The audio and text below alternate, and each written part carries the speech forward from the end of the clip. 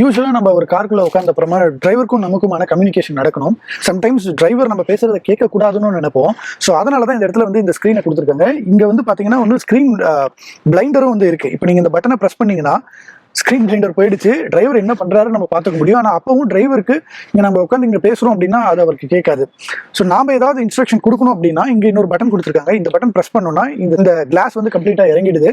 So இறங்கின அப்புறம் நம்ம ஈஸியா டிரைவர் கிட்ட கம்யூனிகேட் பண்ணிக்கலாம். நம்ம பேசுறது கேட்கக்கூடாது அப்படின்னா இந்த கிளாஸை ஏற்றிடலாம். நாம இங்க என்ன பண்ணிக்கிட்டு இருக்கோம் அப்படிங்கிறதும் அவர் பார்க்கக்கூடாது அப்படின்னா இந்த பட்டனை ப்ரெஸ் பண்ணோம்னா இங்க வந்து ஒரு பிளைண்ட் ஸ்க்ரீன் மாதிரி வந்து டிஜிட்டலா வந்து அது எனேபிள் ஆயிடுது.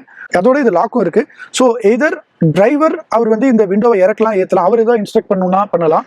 நாம இல்ல அவர் வந்து எதுவுமே பண்ணக்கூடாது, நம்மள டிஸ்டர்ப் பண்ணக்கூடாதுன்னா இங்க ஒரு லாக் பட்டன் இருக்கு. அந்த லாக் பட்டன் பண்ணிட்டோம்னா டிரைவர்னால இந்த பிளைண்ட் ஸ்கிரீனையும் வந்து ஆஃப் பண்ண முடியாது, இந்த கிளாஸையும் இறக்க முடியாது. ஸோ அந்த அளவுக்கு ஒரு பிரைவசி வந்து இந்த கார்ல இருக்கு. ஸோ டிரைவர் அவர் பாட்டுக்கு ஒரு வேலையை செய்வார். நாம இங்க லக்ஸூரியஸா ஈஸியா நம்மளோட டிராவலை கண்டினியூ பண்ணலாம்.